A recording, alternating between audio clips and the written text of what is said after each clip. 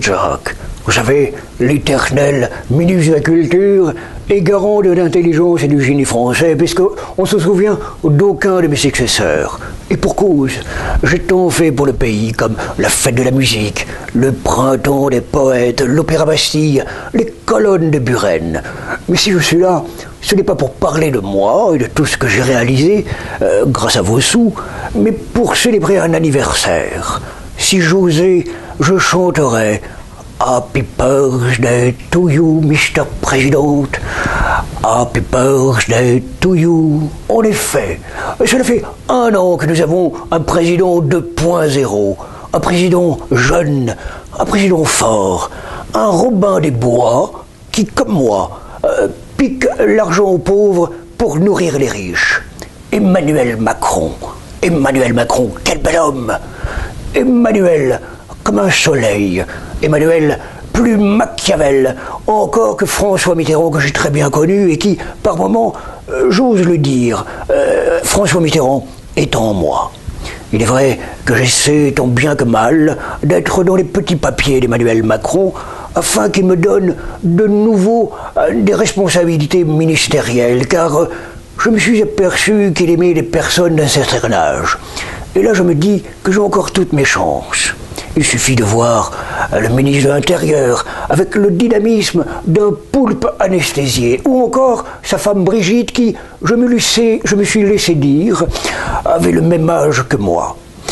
Et pour lui montrer mon affection et en même temps mon dévouement, j'aurais organisé une grande réception, grâce à vos sous, au cours de laquelle nous aurions chanté des louanges à son intention et à l'action à la tête du pays.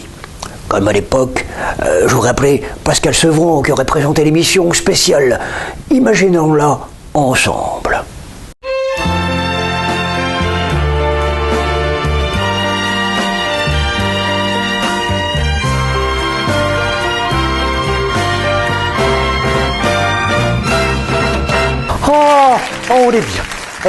On est bien, on est ensemble pour cette émission pour le président.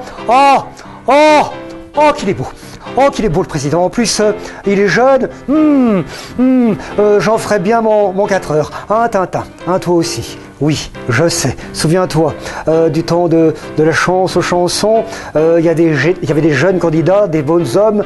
Ils étaient comme ça, tirés au sort. Je le sais parce que c'est moi qui les tirais en premier.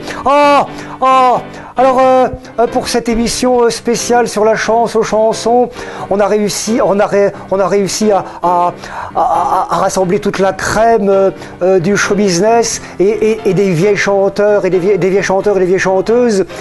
On va se passer des services aujourd'hui de Edith le texte, Éléonore, il est au sud, Guy de Vélo, Martin Gall aussi sera là, Roland Dégout, Tess Ticule, Jambon Beurre et le duo qui a fait fureur un petit peu partout.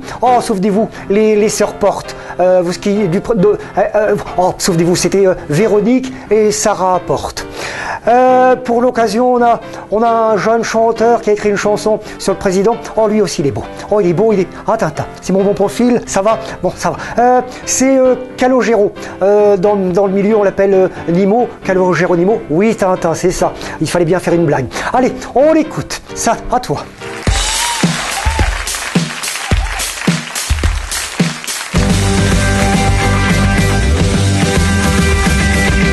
On le prenait pour un fou d'avoir cette idée dans la tête. Maintenant c'est tout garde à vous, c'est le président et il se la pète. Il fait ce qu'il n'a pas dit, 4, 3, 2, 1, il fait sa politique. Propos démagogiques, impose sa politique, discours hypnotique. Avec Édouard Philippe qui se trouve dans l'arrière-boutique. Il fait sa politique, vision onirique, casting pléthorique, ambiance diabolique. Et quand on le critique, il fait le gars très sympathique. Il joue sa politique en jouant au type chic.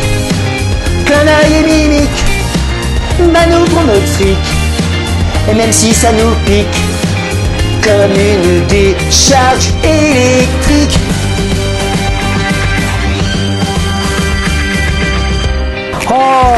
Oh, c'est bien, hein, c'est entraînant. Attends, on aurait eu envie de gâcher un petit peu. Oh, il fera sans doute une belle carrière, ce petit jeune. Artiste engagé, il va parler d'un sujet qui concerne la majorité de ceux qui regardent la chanson, juste au moment où il se réveille après la sieste. Je veux parler des retraités. L'artiste engagé va nous parler un petit peu donc des retraites. C'est Yves Montand. À vous Yves, à vous. Oh là là, les copains, qui c'est qui touchera rien pour sa retraite après avoir bossé comme des forcenés pour sa retraite. C'est bien vous les amis qui en début d'année avez augmenté votre CSG. Les petits chefs du pays ont dit y a plus de crédit pour vos retraites. Au train où c'est parti, même les putains à l'âge d'être mamie feront le tapin pour peut-être un beau jour toucher la retraite, mais pas lourd.